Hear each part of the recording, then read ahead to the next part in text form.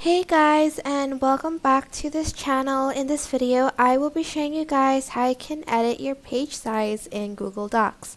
So to do that, you are going to go to File, and then you are going to scroll down until you find Page Setup. Select it, and here's where you can change the size.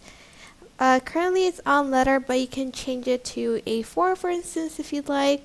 Apply to the whole document. You can also add it to selected content, but I'm just going to do the whole document. You can also change the orientation here and the margins here too.